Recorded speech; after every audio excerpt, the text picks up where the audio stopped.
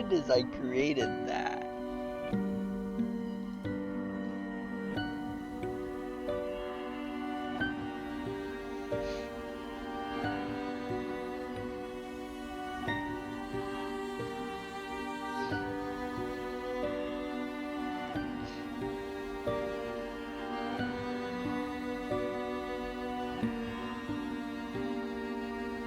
I feel like just maybe remove that, and then, oh, that looks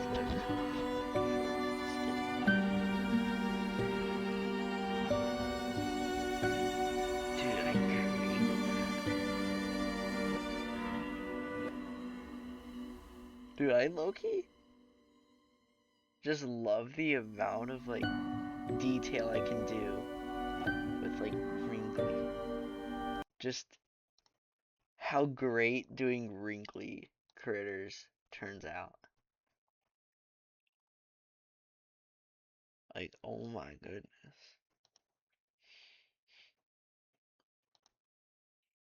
Well, I'm honestly contemplating not putting the little skull, but I'll still try. I still will try that. The skull. Little bubble.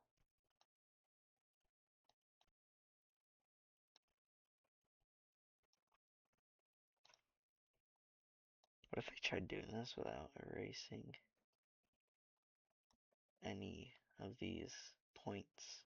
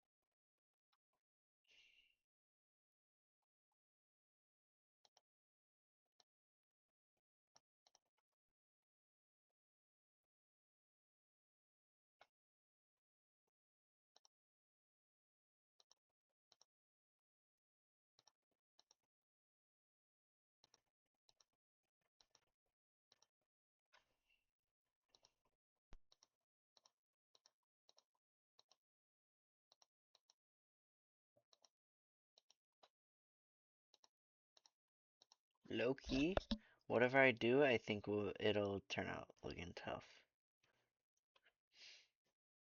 BTS tough. The T will be tough.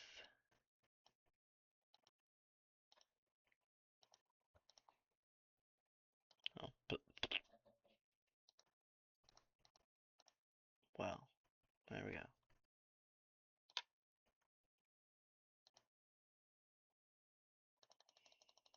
Perfect nothing. I just remember about that song. A little bit of music. The noise.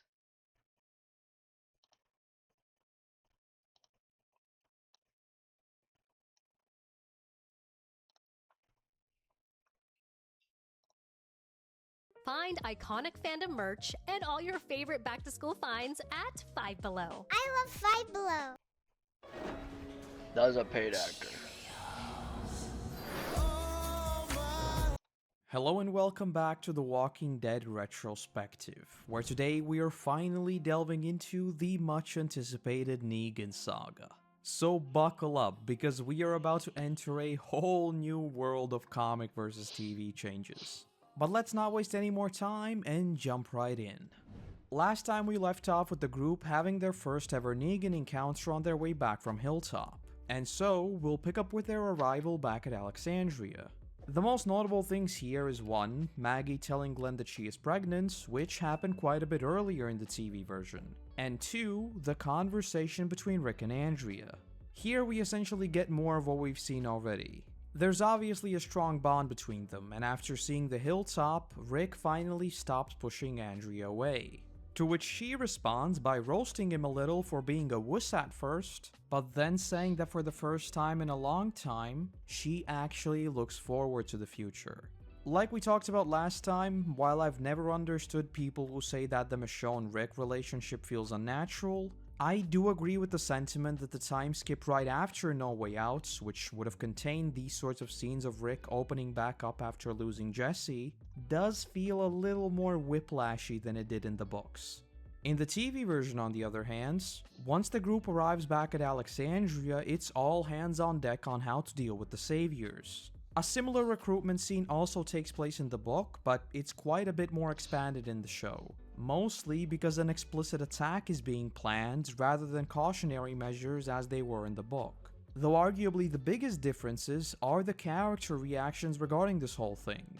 First off, we see Morgan openly push back on Rick's decisions, which, considering his character, does make perfect sense and is a part of the show that I actually think had the right idea when it comes to the Negan saga. Emphasis on the idea, because the way it was executed didn't really hit the mark. But hold that thought.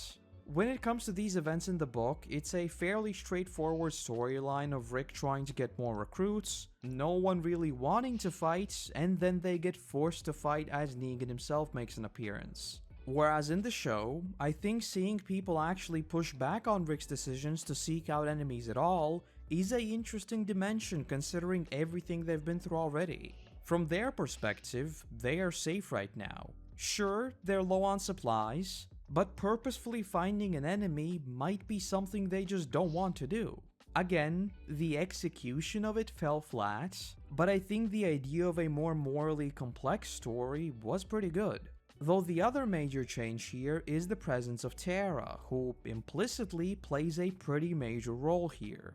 As we see Rick deliver his speech, he makes their intention pretty clear. We kill them all. And because Tara has heard those particular words somewhere else already, Kill them all. obviously she is a little shook by Rick in this case. Though just keep that in mind for now. Following this, Kill them all. obviously she is a little shook by Rick in this case. Though just keep that in mind for now. Following this, we get right to planning the attack itself. And again, absolutely all of this is exclusive to the show. But long story short, the plan is to hit them in the middle of the night while most of them are asleep. And it's here where Rick's murder jacket is back with a vengeance as we get one of the darkest episodes in the entire show. Because no matter how you swing it, this scorched earth strategy is absolutely brutal.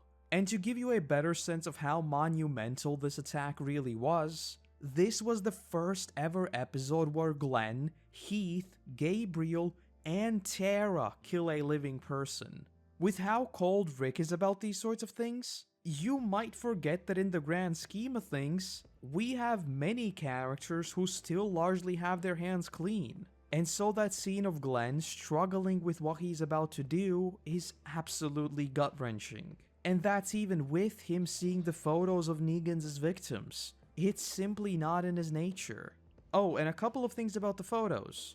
Number one, they're obviously foreshadowing his own fate. So you can probably imagine with people familiar with the book we're thinking right now.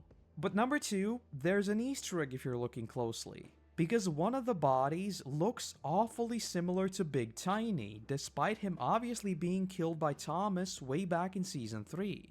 I can't seem to find a confirmation for this, but I remember people talking about it when the episode originally aired. So take this with a grain of salt, maybe it is just us reading into it a little too much.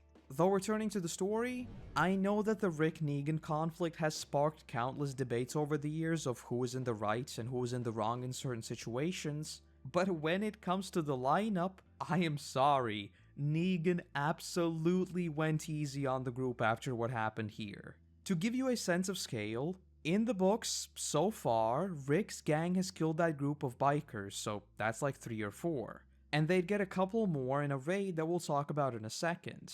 So, even optimistically, that's like 10 saviors. In the show, on the other hand, and big shout out to Shinokiba on Reddit for compiling this by the way, as of now, Rick's gang has already killed 34 saviors, which would increase to 56 by the time Negan himself appears. Do you see how there's already a I am the center of the universe. Okay. The only emperor of the galaxy. Okay, buddy. Take him away. As you command. massive discrepancy between everything we're seeing?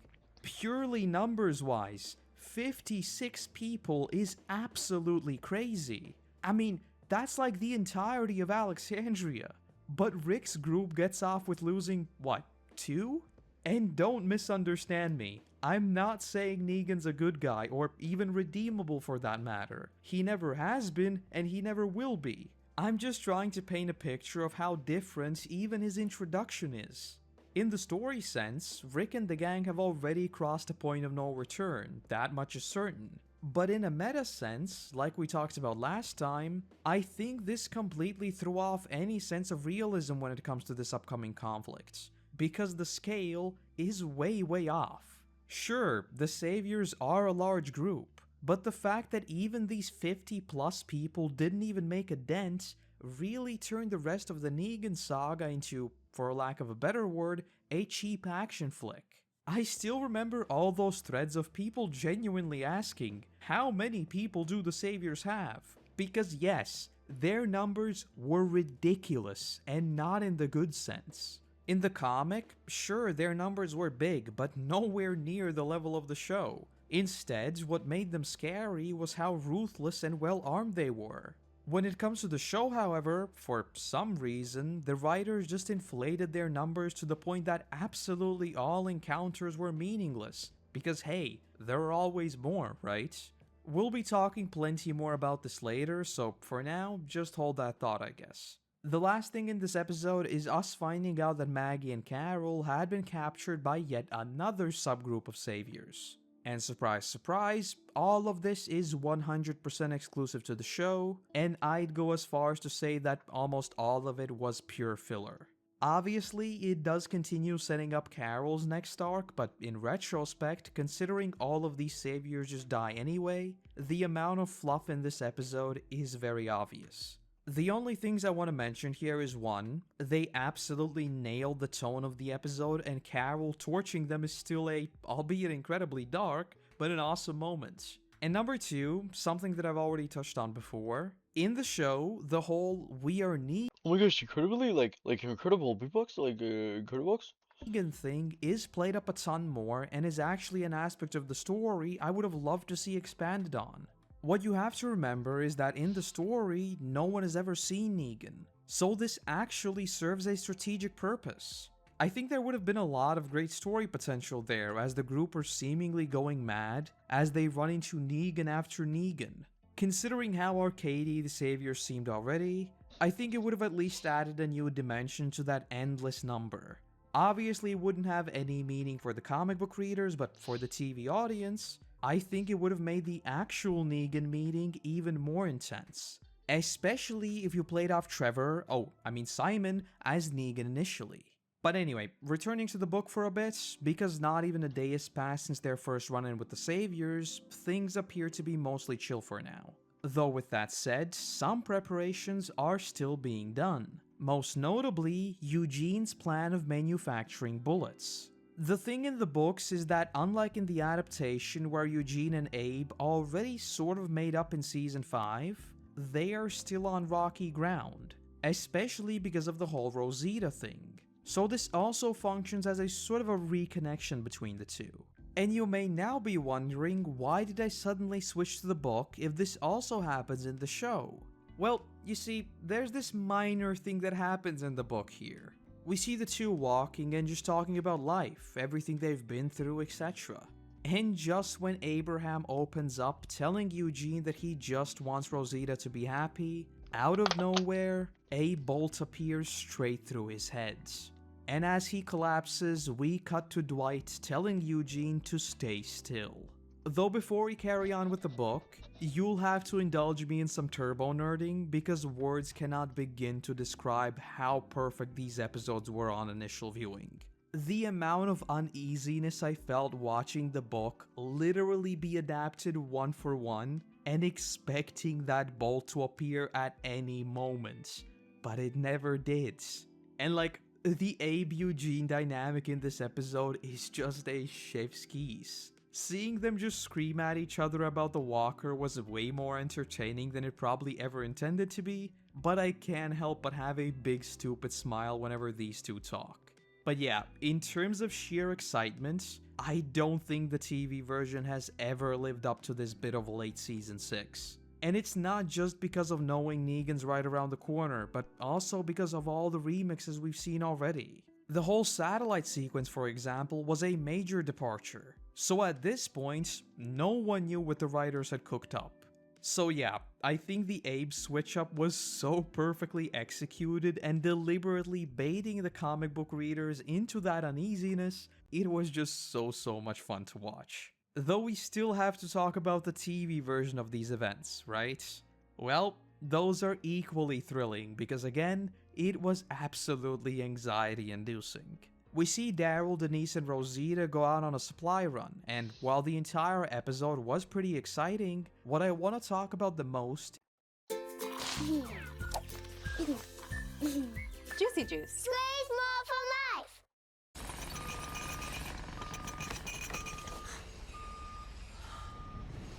is Denise. Judy's juices.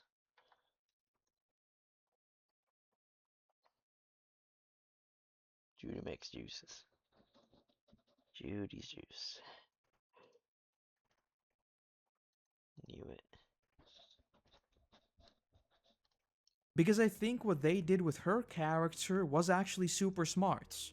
Obviously she's not a super major character, right? But she has been there for quite some time, and giving her this little mini arc can make her death hit pretty hard. And in a meta sense, even knowing the book, I think they still absolutely nailed the surprise moment of Dwight's bolt appearing as she is suddenly cut off mid-speech. Though importantly, in the show, there's the added dimension of Daryl already having personal beef with Dwight, and considering all the parallels between their characters we've already discussed, this just added fuel to the fire to all the Daryl replacing Dwight theories that were floating around at the time. Because it was pretty clear that Dwight is being set up as a sort of a mirror villain for Daryl.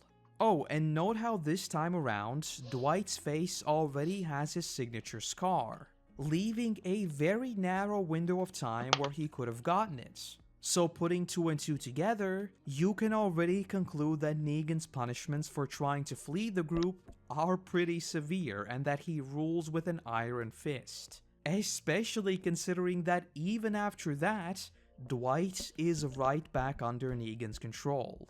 Though it's also here where another iconic moment happens, as we see that Eugene had been captured by Dwight's group, only for him to employ some very illegal techniques as he chows down on Dwight. This is adapted from the book, but I think it's no surprise that this was memed into absolute oblivion when it was adapted. Though speaking of the books, let's get back to those. After Abe's death, Dwight begins to explain that this isn't how they usually begin business negotiations, saying that they really should have expected to be tracked down after they shot down a bunch of their people. And again, note how one of Negan's main lieutenants are sent after the group as soon as their initial confrontations went sideways, while in the show, it took like, 40 people to prompt a response? But before we follow up with them, we cut back to Alexandria, where we get a pretty comedic scene we talked about last time, as Carl stumbles into Rick's bedroom, only to see Rick and Andrea together. But before they can talk the whole thing out, gunshots ring out in the distance as we cut to Dwight telling Alexandria to wake up. Rick and him do exchange a few words, but just like in the show, Eugene chows down, at which point the Alexandrians open fire on Dwight's gang and they ultimately flee. Obviously, the major difference here is that Dwight doesn't attack them at just a random location, but rather right at Alexandria's gates, and this prompts Rick and Andrea to immediately go after them. Though despite their best efforts, they get overwhelmed by walkers, and the only thing they can manage to do is grab Abe's corpse before he is devoured. And I can't stress enough how much different this whole thing feels in the book.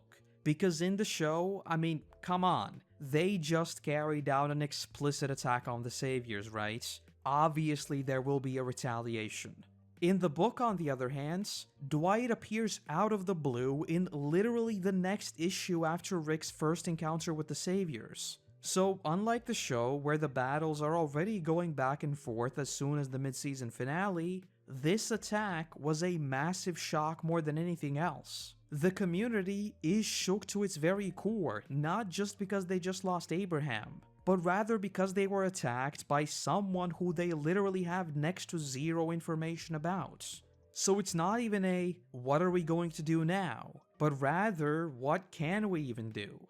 Though with that, we once again find ourselves holding a funeral for Abraham and Denise in the show. And once again, the tone in these episodes is simply perfect. Even tiny things like that one scene of Morgan just looking at where Carol used to sit, and then turn around to see people prepping guns is just so ominous and absolutely nails the vibe of going into Negan's arrival. Though when it comes to the book, we get a few more scenes regarding the immediate state of things, notably everyone in the community now doubting their security. Again, in the show, they've already carried out an attack on the Saviors, so none of this really comes as a surprise, and they're much more consciously preparing for what might come next. But yeah, in the books, Glenn confirms that he wishes to move to Hilltop because of Maggie's pregnancy, and people are generally not so sure about the state of things. And okay, before I say anything else, if I've been nerding out over music in the show so far, then this time I ask you to literally stop everything you're doing and listen to this part. Because the series finally used a Johnny Cash song. I'll be the first to admit that I am more than a little biased here, but any episode that begins with Johnny Cash, bout to be a banger. But there's another reason why I bring up Johnny Cash specifically. Because if you've been following the behind the scenes of the show, you will have heard Andrew Lincoln's wish for his exit. He said that once Rick dies, he wants Hurt by Johnny Cash to play in the credits. And considering Hurt is my favorite song of Johnny Cash, obviously I was a little sad that it never came to fruition. But hey, Rick's not dead, right? So who knows, it might still happen. Anyway, let's not get ahead of ourselves. Oh, and a quick detail, the foreshadowing of Carl looking at one of the Savior's guns with Lucy. Too much to do? Let Gemini in Chrome handle it. Let's start here. Auto Browse gets it done. Use Gemini in Chrome to fill your cart in one click.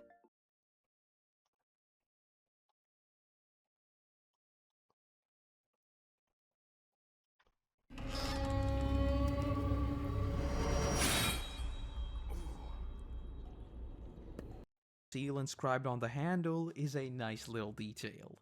In story though, after all the deaths she's seen and with another big bad looming, Carol just can't take it anymore and decides to leave Alexandria, prompting Rick and Morgan to go after her.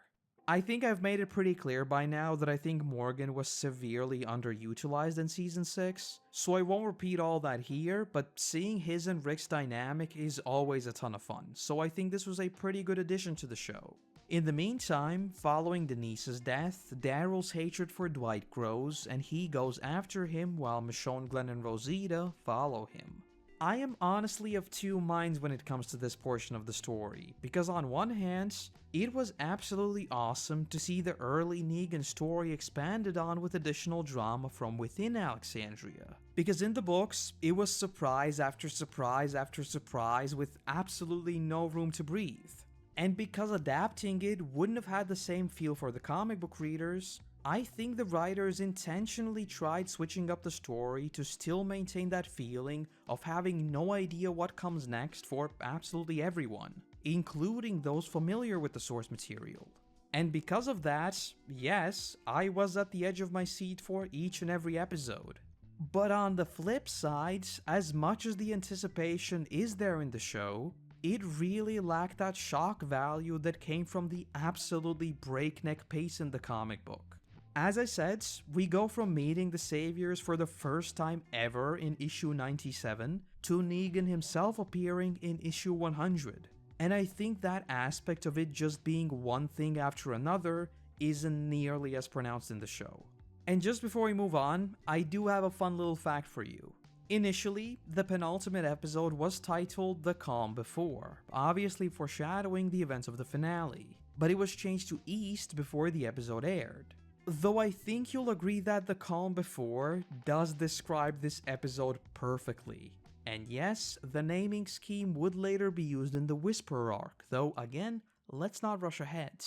Though returning to the book for a bit, here we get another scene between Rick and Andrea where they essentially just talk about her moving in with Rick since she spends most of her time here anyway. Though they also share some words regarding Abraham, where Rick says that he feels like he's already forgetting him, neatly establishing the tone of everything to follow, because yes, once Negan comes into the picture, there really won't be any time to grieve. But importantly, Rick says that after Dwight's sudden attack, he wants to return to the hilltop to get a better idea of what they're going up against, but telling Andrea that he needs her to stay behind and protect Alexandria in case they return. So with that, they pack up the RV and get ready to go. In the adaptation, on the other hand, there are a lot more things going on all at once. First off, Daryl's group is captured by the Saviors, so they're still somewhere out there. Secondly, it's not just a case of Rick wanting more information, but rather a necessity for a doctor since Maggie suddenly falls ill and obviously everyone's worried about the baby. And thirdly, because Morgan and Carol are also still somewhere out there. Though before they depart, I once again want to nerd out for a little bit, because the tone of these two final episodes is again absolutely perfect.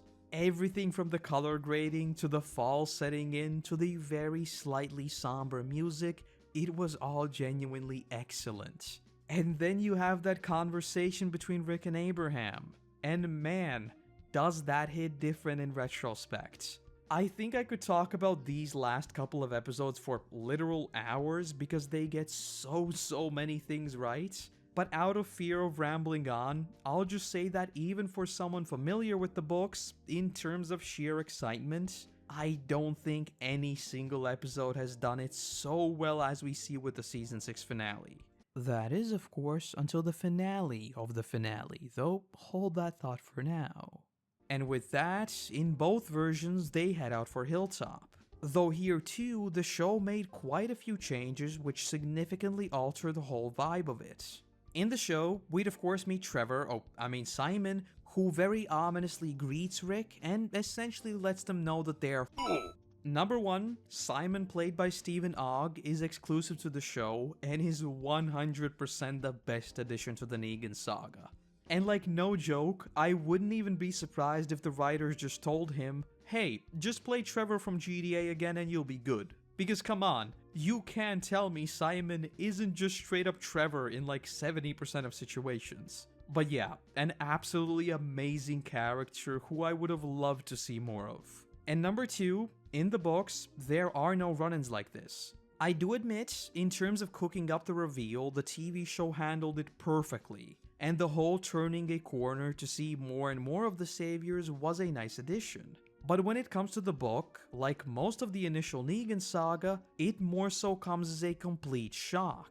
Because as Rick is staying watch, he is suddenly yoinked off of the RV and is dragged right into the rest of the Saviors. So just like that, a regular stop to camp out for the night becomes the introduction of Negan. And another thing for the adaptation is that this is... I worked with Kim to get justice for survivors of a child predator. She's been there, she's been in the trenches. We need to fight for abortion rights, for keeping families safe from gun violence, and prosecuting hate crimes. I would trust Kim all day long.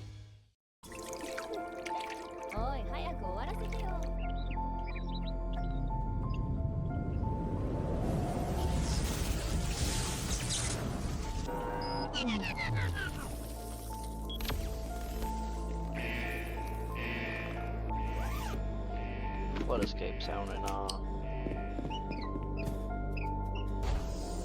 isn't the only storyline taking place, because we also get to see what Morgan and Carol are up to, notably them running into the Kingdom's people. This is pushed earlier in the adaptation, as in the book, the Kingdom would only be introduced after the initial Negan stuff happens. But as of now, Morgan and Carol are already headed to the Kingdom. In the show, on the other hand, Simon's cat and mouse game continues right up until sunset. Though when Rick decides that they'll head out on foot, since it's much easier to track them with the RV, we get to what I still think is among the greatest scenes in the show. I think I've made it pretty clear that I absolutely love nighttime shoots, but combined with the absolute horror that is the whistling starting all around them is seriously a 10 out of 10. And in that sense, I think the TV version remixed this moment absolutely masterfully. Because while the surprise factor may have been gone initially, here it was back in full force. And with that, the group is lined up as the man of the hour himself makes his debut.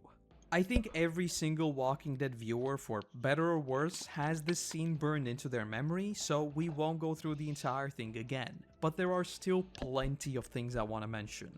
Number one, as we talked about with Jesus, here too we see characters being taken aback by Rick being the leader, where Negan outright says, "You're missing a hand. These people must worship you." And while this does apply to both versions to some extent, I do think that because of Rick's outward appearance, that is a bit more pronounced in the book. Number two, Jeffrey Dean Morgan. Man, this guy's range is exactly what we needed from Negan. The way he can slide from that sadistic smile to stone cold serious right back to smiling is precisely how I pictured Negan in the books. And in my opinion, this is absolutely perfect casting. Number three, the entire eeny meeny miny mo sequence. In this case, obviously all praise goes only to Kirkman because once again, the man is a mad genius. The whole sequence tells you so many different things about Negan. First off, he deliberately explains why he doesn't want to pick certain people, clearly showing you that he isn't just some nutso. He's obviously evil, but he's not totally mad. But then, he turns right around and decides his victim through a game, leaving you with the question of what is going on in this guy's head.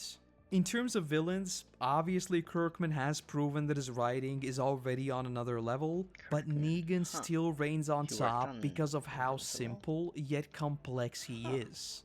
Number four, Negan's very colorful language. Call me childish, but the fact that due to US TV's bizarro guidelines, the show couldn't even drop F-bombs seriously detracted from his character. The uncensored version of the sequence had 23 F-bombs. Like seriously, the scene is available here on YouTube. Please watch it and see the difference. But because it obviously didn't make sense to literally film two versions of each and every scene where Negan is in, this is the only one we got uncensored. But seriously, it immediately carries a completely different tone in my opinion, which would become even more pronounced as time went on. I will never understand people complaining about realism and everything else of that nature in the show, because in my mind, it has never really attempted to be realistic. It's always been extremely comic booky. I mean, come on. Rick is the most stereotypical comic book sheriff of all time at the start of the series. I think that makes it pretty clear. But anyway, I think removing Negan's colorful language also removed a lot of that comic booky flair and changed the way we perceive Negan. It's difficult to put into words, but I guess the best way to describe it is the uncanny valley. Without his very colorful and over-the-top language, he appeared to be a lot more formal and serious, while still being extremely comic booky, which might have been a reason why people had a negative reaction right off the bat. And if you look at Negan's character in the present story, it's almost like the writers forgot about his comedic side, because yeah, I mean the story is dark, right? But still, Negan is a messed up dude, he'd laugh about everything. But in the show, he is now 100% serious. And obviously, this is not a problem for the comic book, nothing is censored. Number 5, it is the shock value. You will have no doubt noticed that I deliberately avoided talking about the cliffhanger up until now. Well, buckle up because here we go. The thing with the comic, which I've already mentioned many times, is that all of these events are a complete shock. The entire Negan introduction happens within half an issue.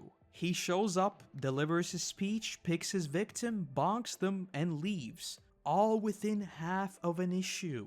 Obviously everyone was expecting something big for issue 100. But if you read this when it originally came out, the only words that can describe what you saw was complete and utter shock. In the show, on the other hand, sure there was some of that, but no matter how much you try to replicate it, if you leave the audience to sit on it for literally 6 months, it will not have the same meaning. To keep things simple here, I'll propose a Juicy Juice. Slays more for life. Wayfair's Labor Day clearance is here. Right now, through September 7th, save up to 70% off everything. potential rewrite for this episode without changing any of the events we see here when we What does this do for my life? talk about the season 7 premiere, so sorry, but I'm pulling a cliffhanger myself here. But hey, it'll remind you of how infuriating the wait actually was. Number 6 is the meta factor. The fact that we got the cliffhanger absolutely ruined all promotional material. Because they obviously wanted to keep absolutely all hints to a minimum about who survived the lineup, we got what is, in my opinion, hands down the most forgettable and downright terrible trailer the series has ever had. Literally half of it are scenes from previous episodes and Negan just doing the eeny meeny miny thing. I'm not kidding. Go back and watch it. We'll talk about the trailer more next time because I still think there are high points of it, but in the grand scheme of things, I do think that it ruined a lot of potential hype about the upcoming Negan story simply because you couldn't even show any of it. If I'm being honest, I think the best promo material for the Negan saga that came out during this time wasn't even from the show. Rather, it's this fan-made poster just teasing Rick standing off against Negan. And in the same vein, number 7, spoilers.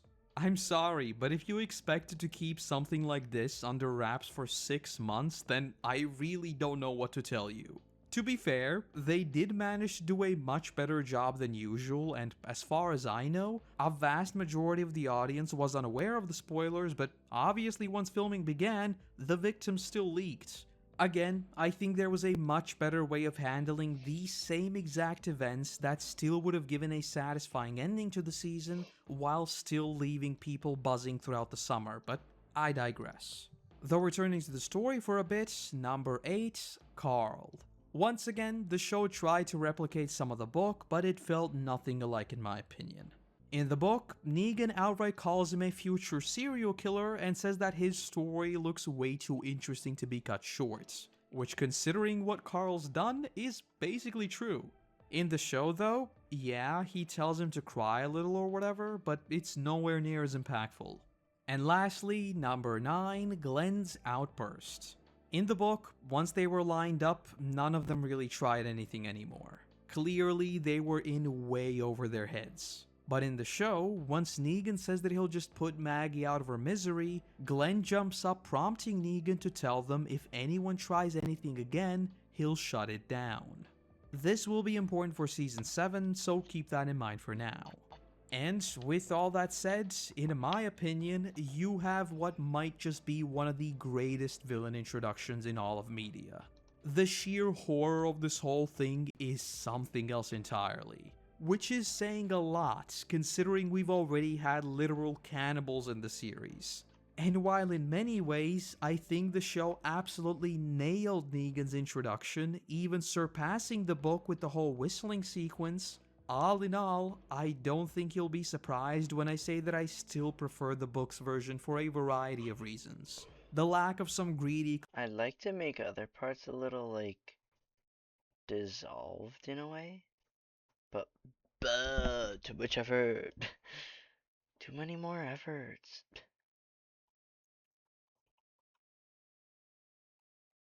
Maybe just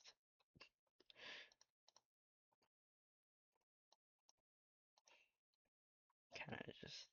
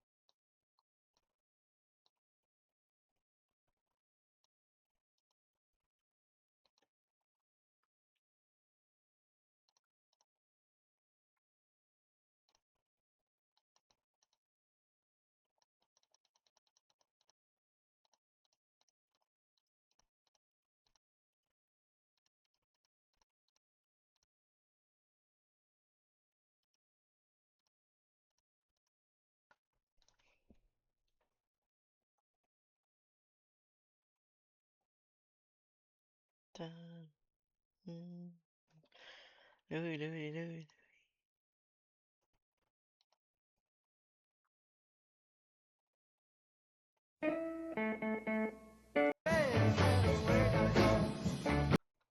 No.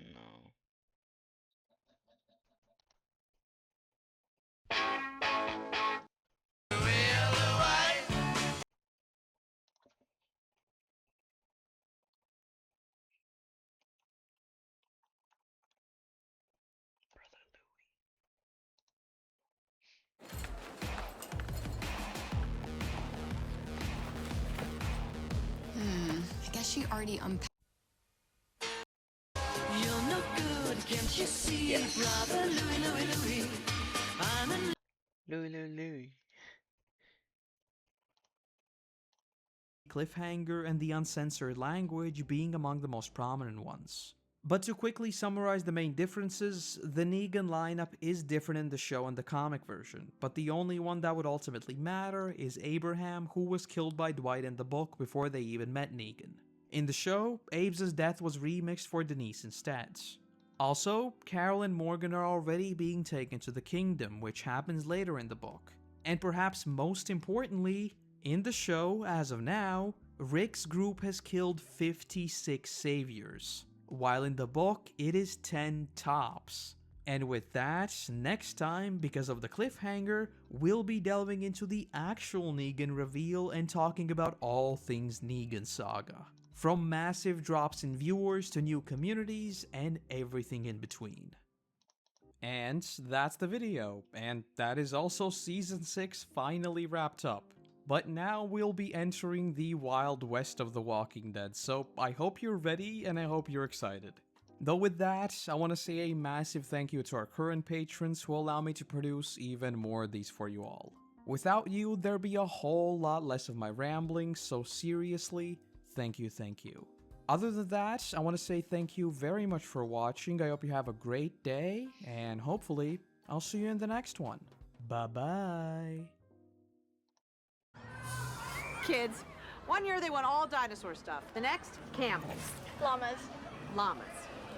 So save money shopping back to school on Amazon. You sure that's on a camel? Yep.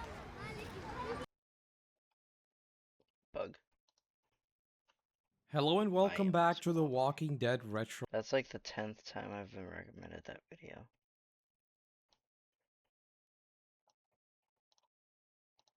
I just gotta check this out.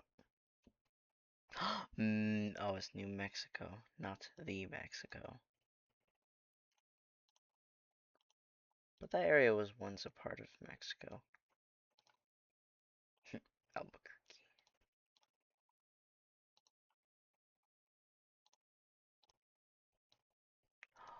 Batong, bro.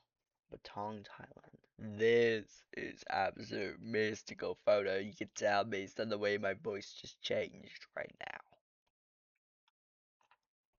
Crooked City. Straits Town. Crooked City. Fixed Town. Perspective, where today we're finally going to begin our way through the infamous Negan saga. As most of you will probably know, both Seasons 7 and 8 are very controversial among fans for a long list of reasons, from the level of violence to pacing and everything in between. And as such, in our coverage of the Negan arc, we'll also be delving into the nitty-gritty details to try to understand violence to pacing and everything in between.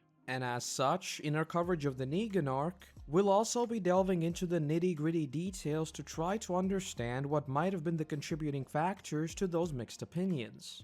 And without further ado, let us dive in. As usual, a new season means a look at the wider franchise and all the promotional material for the upcoming episodes. Though here too we have a bit of a special case, as due to the cliffhanger at the end of Season 6, opportunities for what to even post were extremely limited. We did of course get the usual character portraits, which very fittingly were depicting the lineup, but when it comes to locations and everything else of that nature, there was very little. As I briefly touched on in the previous parts, whether you like the cliffhanger or not, this is merely an externality caused by that decision. And it's safe to say that in terms of promotional material, the season did suffer. And while yes, the cliffhanger did bring in an absolutely insane number of viewers for the reveal even with the lackluster marketing, I still wonder how much interest dropped off because viewers had no clue what to look forward to. Obviously, we're not talking about people familiar with the book and hardcore fans, but more so the general audience. Could it be that after seeing Negan's introduction, the show painted too dark of a picture and didn't have any sort of light at the end of the tunnel? We'll obviously never know for sure, but I think it's a fascinating case considering the response to the premiere. Though speaking of promo, we're yet to talk about the Christmas for Walking Dead fans, Comic-Con and the trailer. Though unfortunately, here I'll just have to repeat basically what I just said. Because just like general promo, the trailer contains literally 0 scenes with anyone in the lineup, which is basically all the main characters. And not only that, more than half of it is just recap. And what in retrospect is the worst part is the after.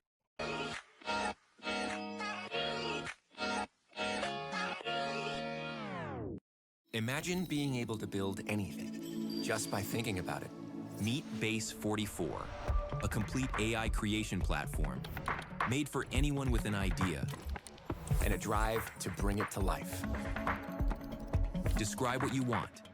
I like After credits scene, because while it is usually some sort of huge reveal like Merle returning or the radio of Terminus or something like that, for this trailer it's the infamous Oceanside episode, where Heath goes missing forever simply because the actor left the show.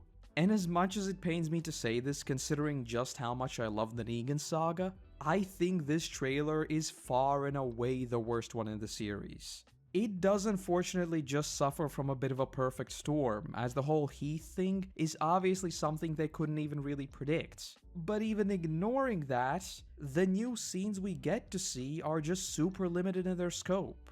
Though obviously, because I am a bit of a Walking Dead turbo nerd, I do think there are some big wins in this trailer. The first and most obvious one is Shiva. I'd go as far as to say that Ezekiel and his tiger were number 2 on my most anticipated characters after Negan. And the worst part about it is that there were rumors floating around that due to budgetary constraints, having a tiger in the series would simply be too costly. Especially considering the whole Rick Hand thing never happened because of those budget questions. So seeing Shiva in her full glory in the trailer was a big win. And also, note the quality of CG here. It is obviously very good, right? And you probably know what I'm getting at, but just hold that thought for now. Secondly, and this should come as no surprise at this point, the music choice was excellent as usual. Even the song name of Take It All is basically just like, yep, this is Negan. And speaking of the big man, I think the narrative of the trailer is actually super strong. Clearly the through line here is Negan. The whole beginning is him deciding the character's fate, then there's Dwight basically speaking for Negan saying that everything is his, and then we're right back into Negan's narration. Absolutely everything revolves around him. Even the beats of the music coincide with him bringing down the bats. So all in all, I think the editors did as good of a job as they reasonably could have given the material they had to work with. Though even with all that praise, as I already said, I do think that it is unfortunately a bit of a blunder. But before we move on from Comic-Con, there's another thing I want to mention here. Again, I am a turbo nerd, so I watched absolutely everything to do with Walking Dead, but if you've never watched any of the coverage, there's a roughly hour-long panel where the cast and crew basically just talk about all things to do with the show, be it their character journeys or behind-the-scenes shenanigans. Well, in this particular Comic-Con, we get the infamous glitter bomb story. The story goes that after a scorching day on set, Norman decided to mess with Andrew and filled his car's AC with glitter. And believe it or not, we are lucky enough to have the whole thing documented.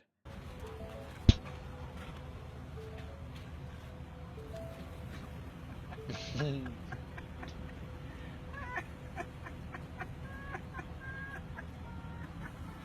still going, dude. How much did you put in here? So much in there. Let's ride home, dude. bro. I'm sweating.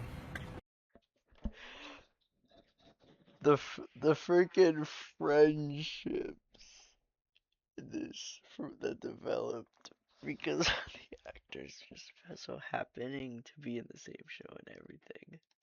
Following this point, Andy clearly needed to have revenge. And because he tells it much better than I ever could, enjoy his retelling. I drove home from that point, and there were people at red lights looking at me like I was, like I'd been clubbing or to a club, you know what I'm saying? And then I went, I thought, I'm gonna have to, before I go home and get humiliated, I kind of went and vacuumed the thing up, and it took me 25 minutes. And I was beating up with sweat and all the rest of it. I got back in the car, and I cranked up the aircon again, and it just went to my sweaty face. And then I went to the coffee shop, and they said, "You've got something in your hairline." Now they're calling me Sparkles, Glitter Boy. I used to be somebody in my own hometown. And when I got on the plane to go to San Diego, my 2 children had tears in their eyes. And they said, "What did Nanny Norman do?" And I said, "Sweetheart, he's humiliated your father on an international scale." And they said, "What can we do?" And I said, so believe me. Honey, I brought back enough tomatoes to last us a whole month. Good boy. Now sign this divorce paper. My daughter is remarrying someone who doesn't smell like dirt. I spent all my savings on this spaceship. How could you treat me like this? I will build a powerful fleet and make all of you my servants! Start with a modest, small starship. Wander the endless interstellar ruins. Salvage wreckage to upgrade core modules and strengthen hull armor. Equip ecological circulation systems to sustain deep space survival. Rise from nothing. So where does Build this your dude get all cosmic his fleet, materials? sail across the starry sky, and conquer the entire galaxy. So all that, and well, he invested it all in his works rather than his fit. This isn't the end. So believe me, this isn't the end.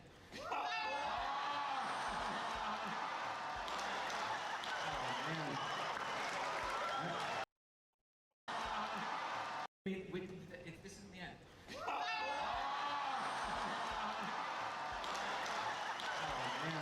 The way he still checked it, I'm like, oh shit, I didn't hurt him, did he? Did I? I just saw 707, 3223, both mirrored in a way, yeah. Oh dear. It's in your beard! That could not have backfired more! I don't know if I said something that's a little too personal here. And I don't know why I tried to control V while I was still there. But I don't know if I said anything that's too personal, but I'm contemplating actually just uploading this. But not like anybody's gonna fucking watch this video anyway. Who's gonna, realistically, who would want to watch this? Oh dear. Yeah. Honestly, with the number of behind-the-scenes stories, I feel like I should do a mini spin-off at some point. Though because we needed some levity before we get to Negan, I thought this would be a perfect little tangent. And I know this is completely unrelated, but in a bit of a meta sense, this is why I will always give adaptations a shot. All things considered, even with the many problems we've talked about, I would still call the Walking Dead adaptation an absolutely excellent one. I mean, there's a reason why I've produced hours and hours of content on it, right? And that is why I will never understand why people just never give them a shot to begin with. Obviously, there are a lot of very bad examples of adaptations going terribly wrong. But when they go right, aren't these sorts of behind-the-scenes stories just magical? It's something that could never happen with any other medium, right? Basically, what I'm saying here is that I just think people need to be a little bit more open-minded when it comes to adaptations. I take the stance of, if it's bad, we just forget about it, there's still the original. If it's great, then I mean, hey, we have The Walking Dead, right? Avatar live action, please be good. And the last little mini tangent I want to go on is about the Walking Dead Alien issue that was released around this time. And while this sort of mini spin-off is not the first of its kind, This one was super interesting because it tells the story of Jeffrey Grimes in Spain. And yes, it is not a coincidence, this is Rick's brother. And while it is not actually penned by Kirkman himself, he has confirmed that in his mind it is 100% canon. And considering that it never came into play in the books, it makes me wonder whether the whole spin-off series set in Europe deal might have taken some inspiration of it. I suppose only time will tell, but when it comes to the book, it is a fun read as it's certainly quite a bit different from the mainline series, but it never really affects the story in any way whatsoever. Finally, moving closer to the story itself, because we've talked so much about how the producers did everything in their power to keep the Negan victim under wraps, I think we'd be doing them a disservice if we didn't talk about how that actually went. As you'd expect, obviously the true victims leaked, but it's not really as simple as that. Because what also leaked were the alternate, real scenes from the show. The most well-known one is of course the infamous Maggie one. Once people saw this, because what also leaked were the alternate, real scenes from the show. The most well-known one is of course the infamous Maggie one. Once people saw this, it was pretty much game over, right? Infamous Maggie one. Once people saw this, the most well-known one is of course the infamous Maggie one. Once people saw show, the most well-known one is of course the infamous Maggie one. Once people saw the most well-known one is of course the infamous Maggie one. Once people saw this, it was pretty much game over, right? I mean, it's literally a real scene from the show. So there it is, case closed, right? Well, not entirely. The thing is, we were also told that they had filmed each and every one of them getting bonked as an extra measure to throw off spoilers. And a while before the Maggie leak, another incident happened that raised suspicion among fans. Greg Nicotero, the main makeup effects artist for the series, posted this image on Instagram. Bro, what the? Not entirely. The thing is, we were also told that they had filmed each and every one of them getting bonked. Once people saw this, it was pretty much game over, right? I mean, it's literally a real scene from the show. So there it is, case closed, right? Well, not entirely.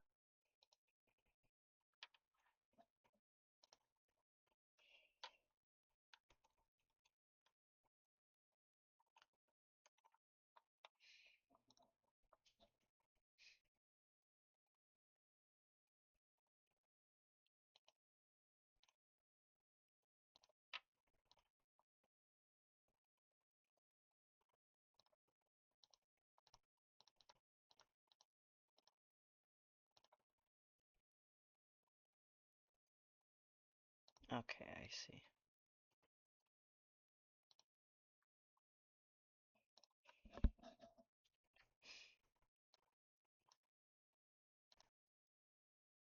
Oh, so that's okay.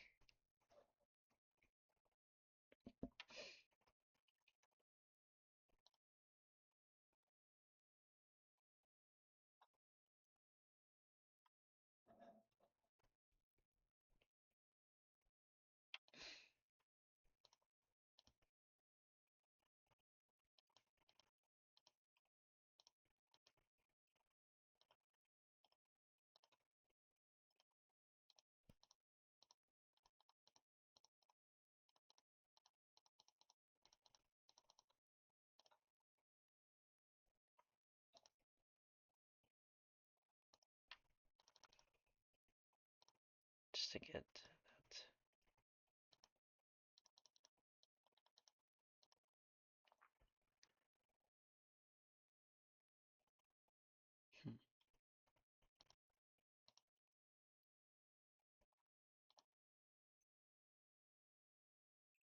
Oh, I'm gonna have to recolor this.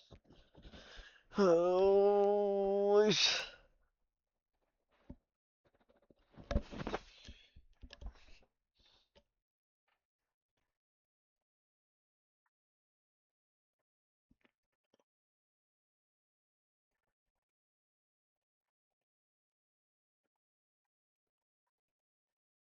well.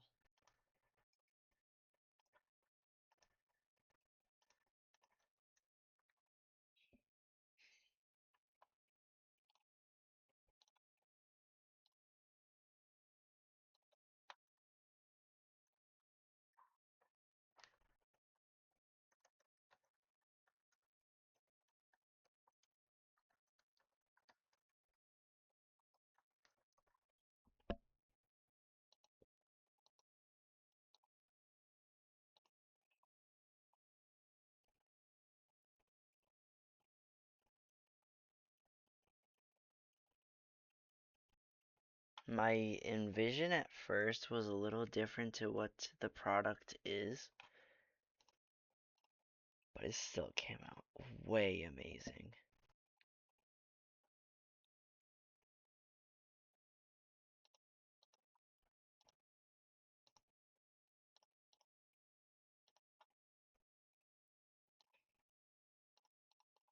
And it's supposed to be like some sort of scar type thing,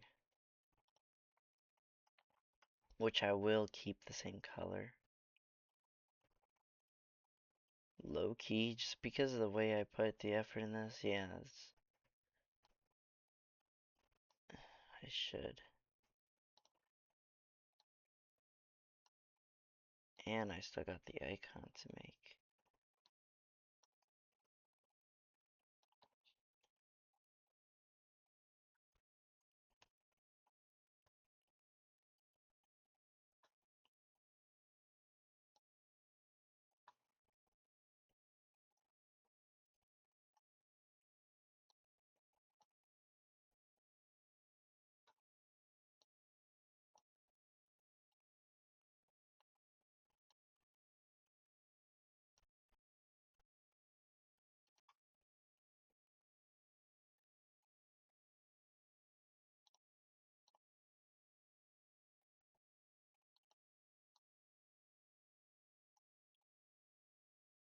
Yeah, no, I'm just a flat away.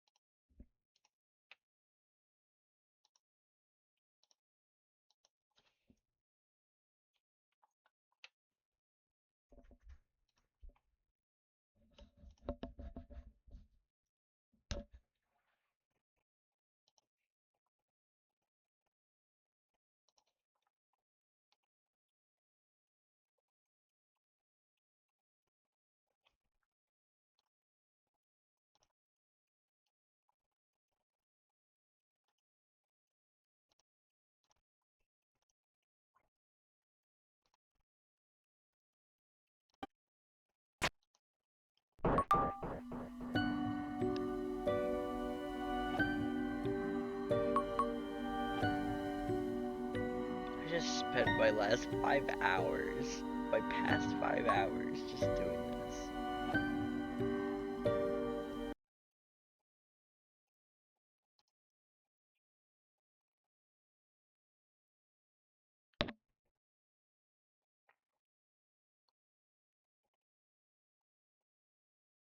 Dude, I love that design though. It's awesome. I'm like, I made all that. I had an idea and I did it. And I just realized, oh shit.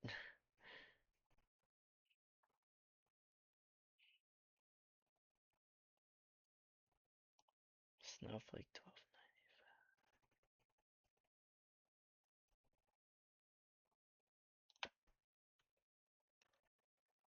Or cherry. Right, this shit just doesn't work for no reason.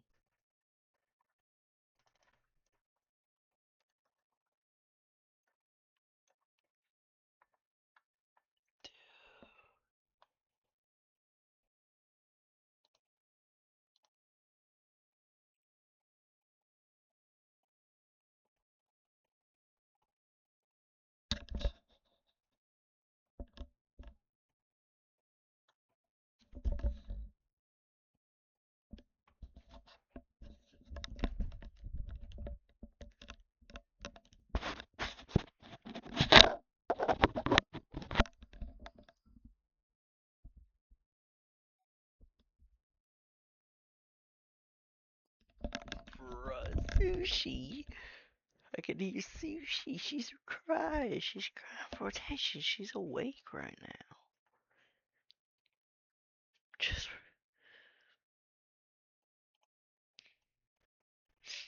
okay, but like literally what?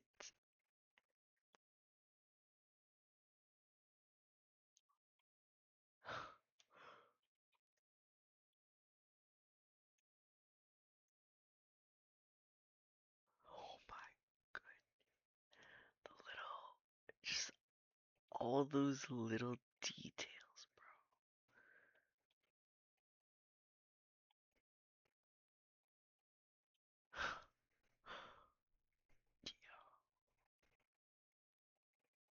Literally, like, how with the shoes? I don't know why, but like, the shoes really just like, I've never seen such detailed shoes on vector art before, that's the thing.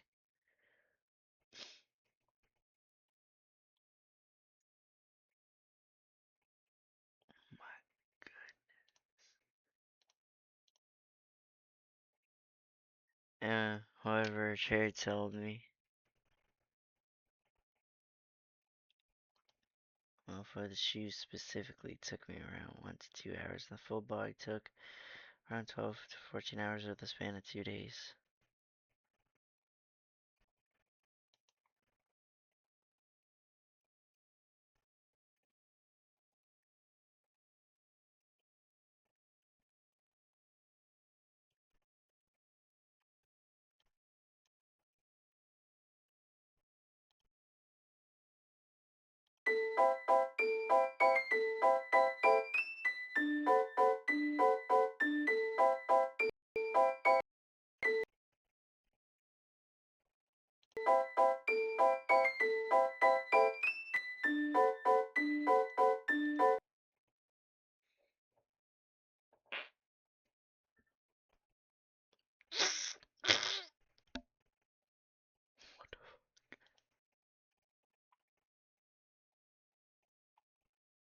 What the fuck?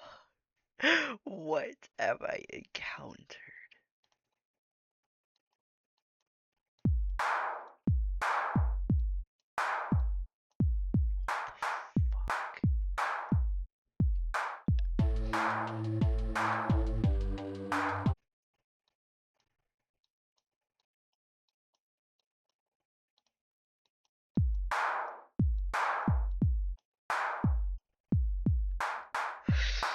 Oh boy.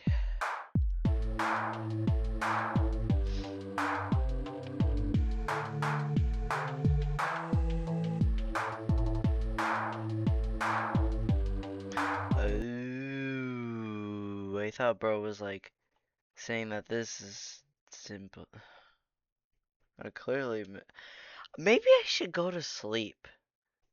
Maybe that would be an awesome idea. I thought bro was dissing the art.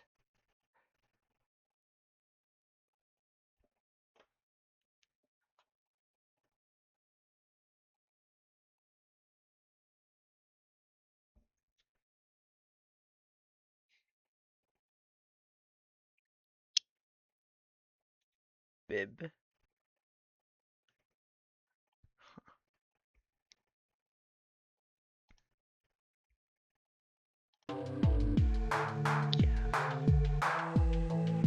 Yo, Loki, just a fuck around.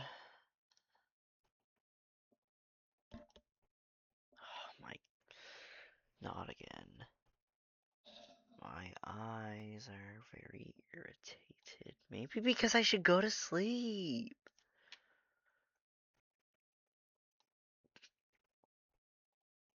Maybe by me. Is bro's like D key just broken?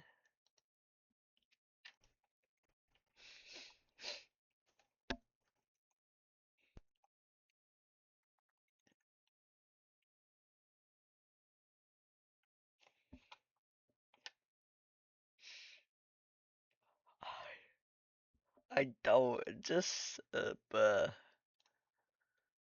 well, I'm gonna go to what I came here for.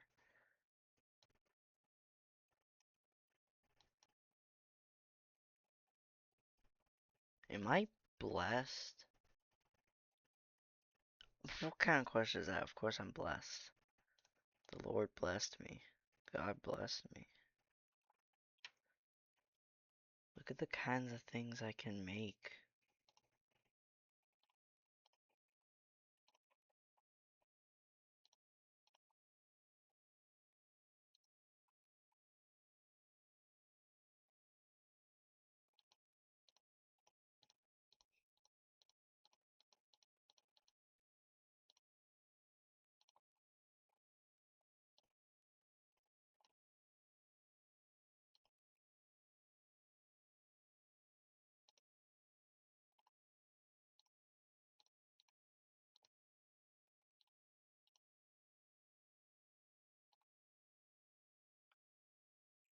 Aunkola.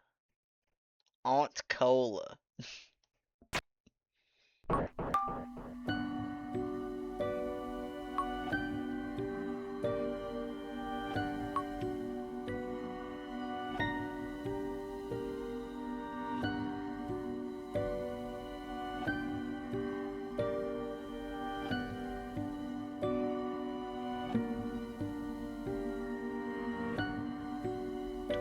It took 12 forwards to do that.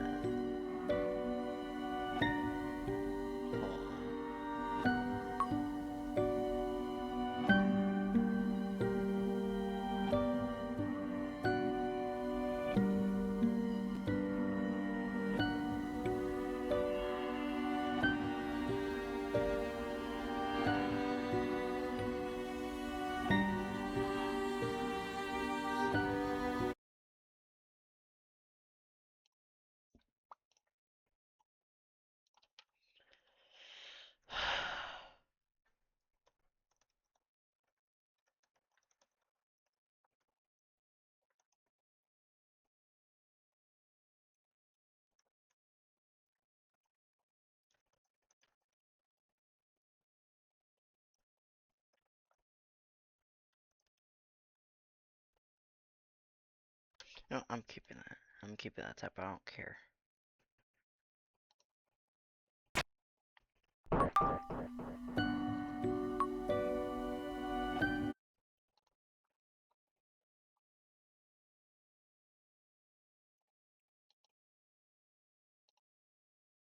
Okay, good.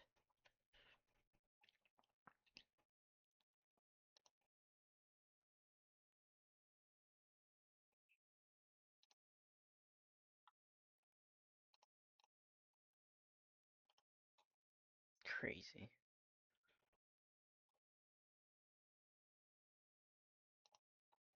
Dang. Disturbing out. What the fuck? Straight up hyperrealistic organ looking off. Holy shit. Oh my goodness. Who is this again? Oh. I don't care. Yeah, okay, I don't know who that is.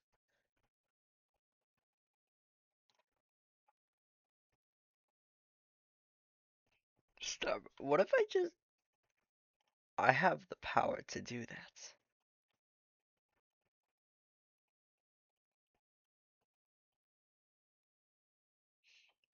I could literally star every single message if I really wanted to. I could star every single one of them. Bro, what?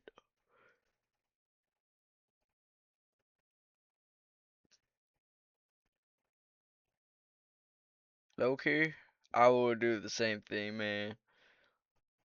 Like, whoa, what?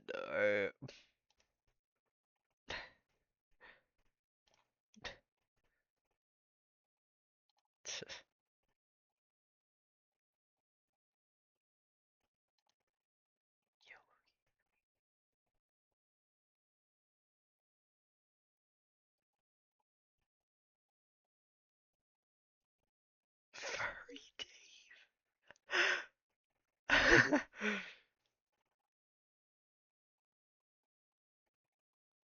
Bro. Crotched dreams.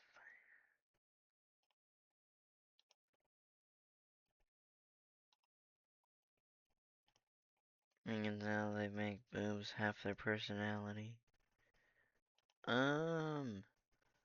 That's just biological, kinda.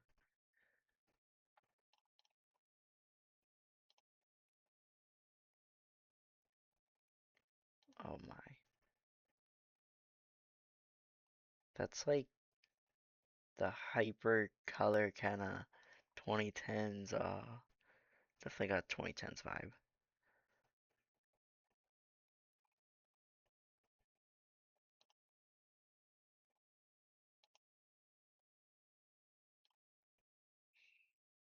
Damn. Too bad that's like, looks like Sprunky. Wow.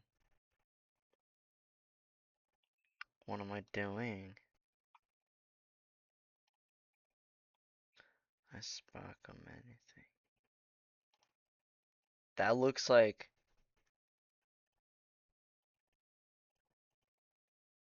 I'm trying to figure out the word. Whatever it's called, it's like for animation. It looks like one of those like still frames.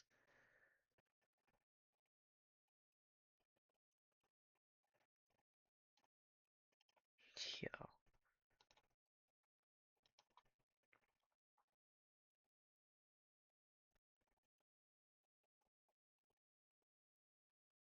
what the hell? Oh my.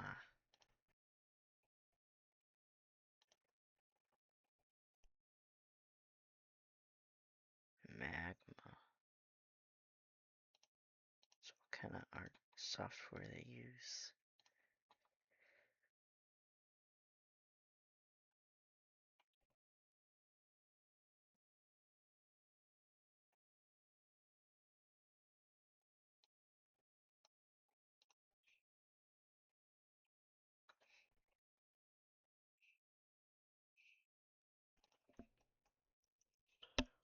Aunkola.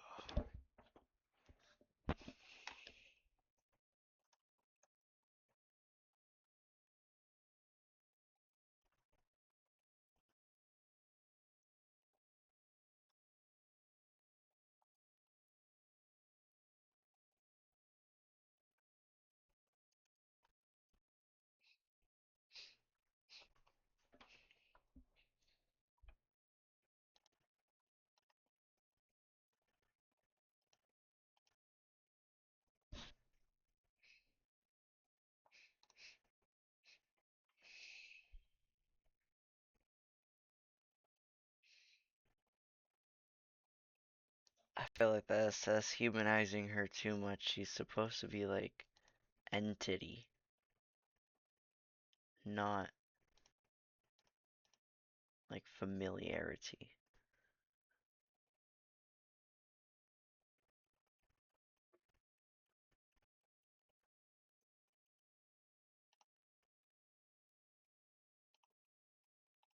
Yeah.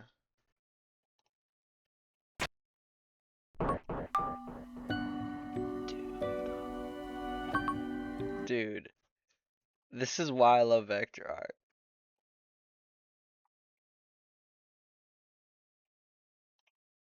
MILF. Man, I love vector art. Man, I love vectors. MILF.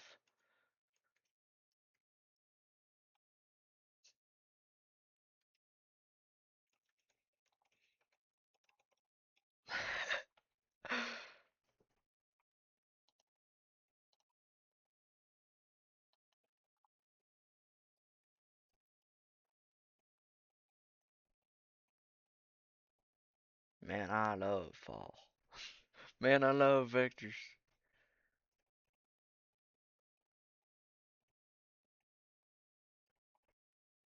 Graphic design. This is like a graphic design.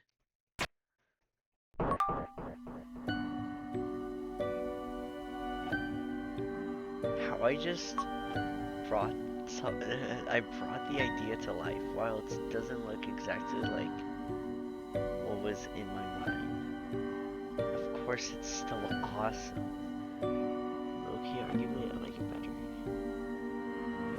Like almost, I almost like it better. Like she does very much like style and stuff, but like, bro, oh, I can't get over this. It's awesome. But I gotta sleep. Also, I just realized this thing right here could also look like her tongue, rather than like the flesh behind the skull.